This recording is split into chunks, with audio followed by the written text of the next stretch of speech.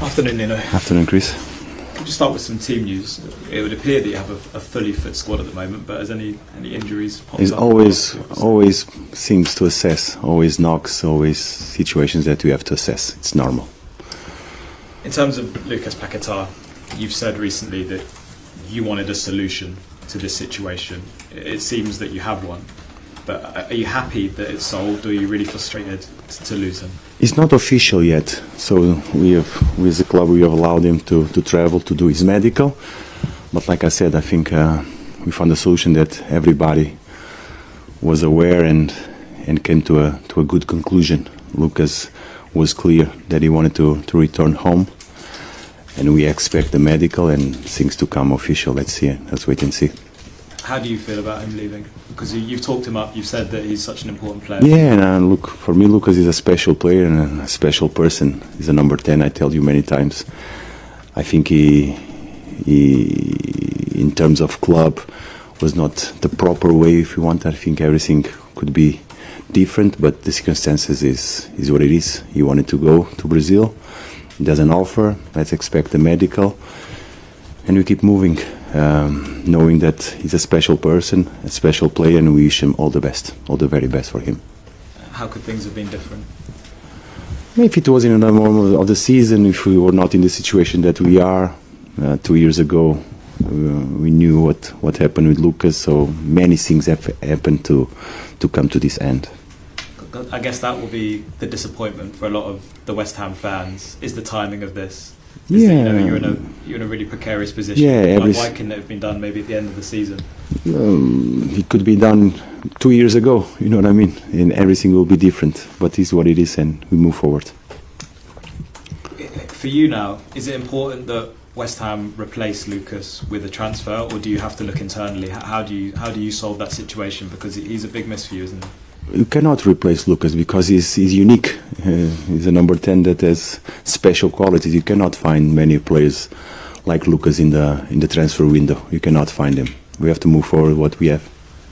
Do you think that's what will happen now? Then you have to look internally for solutions in terms of moving on without him. This is what we've been doing for the last three matches, isn't it? James Ward-Prowse and Yes. Guido Rodriguez have also left. So those kind of central positions, are you happy that, because you've talked about rebalancing the team, Yeah. for you, is that now rebalanced, or are you short there? No, it's okay. It's okay. I think we still have days to go. The club is working very hard. There are negotiations that's still ongoing.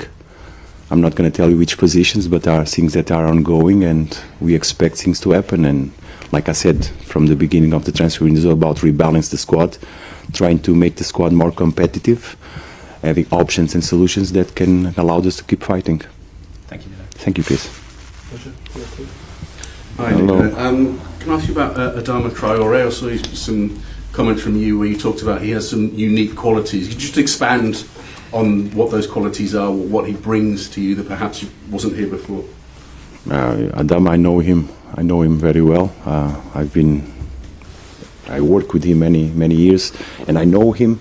That's why I said that he's unique. There are not many players with his ability on 1v1 situations.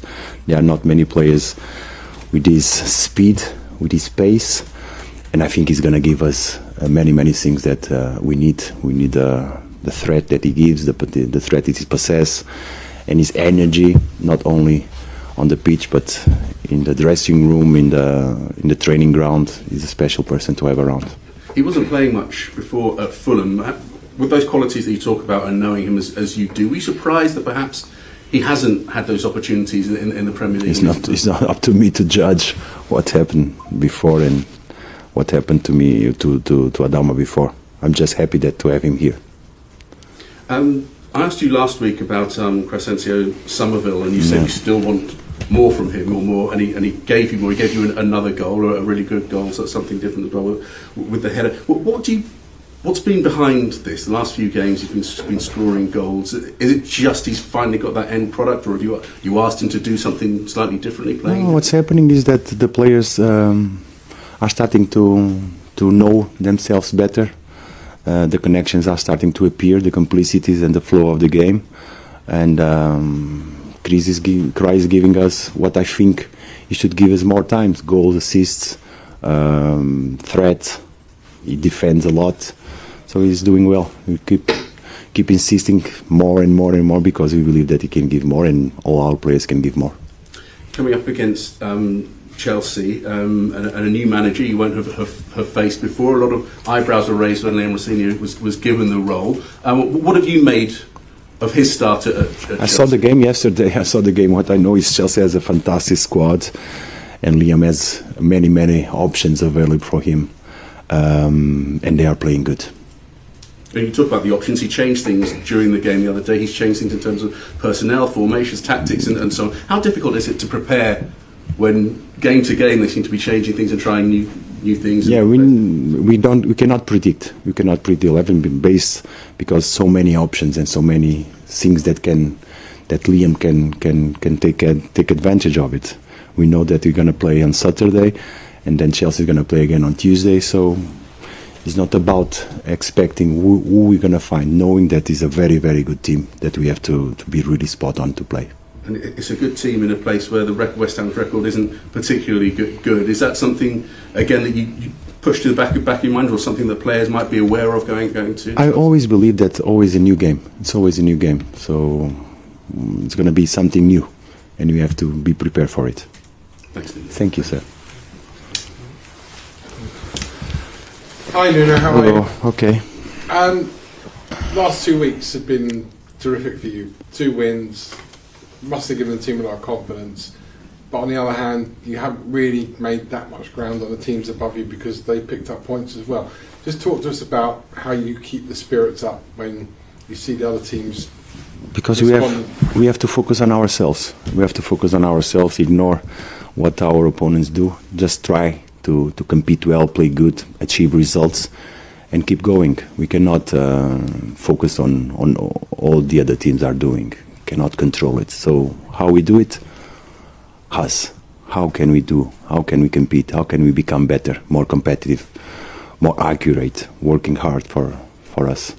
Have you set the team a points level, a number of wins level? No. It's day by day. It's going to be day by day. It's going to be day by day. In terms of your team as well, will we see Adama Traoré play on Saturday? You're going to throw him straight in because he's so unique and has so much quality? We didn't decide yet. We still have tomorrow to decide the squad and the team. Adama is physically okay. He can become an option. And will Lucas's departure mean maybe a different position for either Somerville or Bowen, less wide and more central?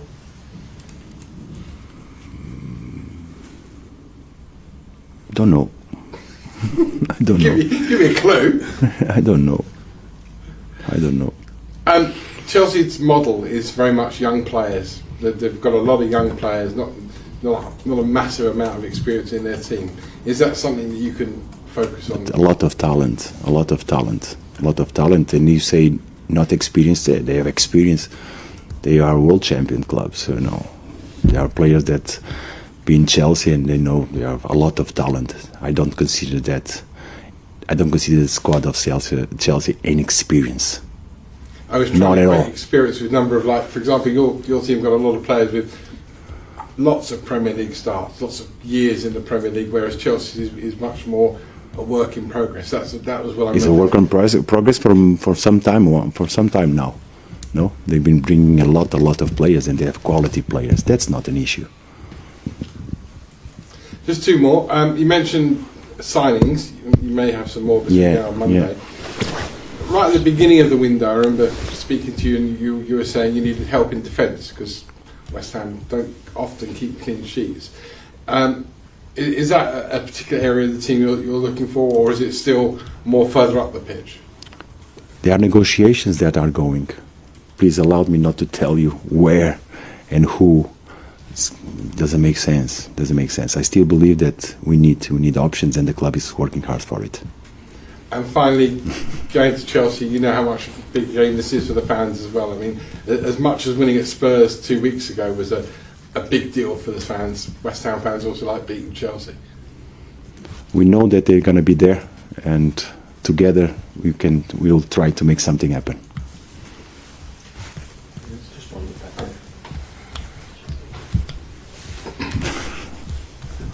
I know. Yeah, and I tried also to be nice.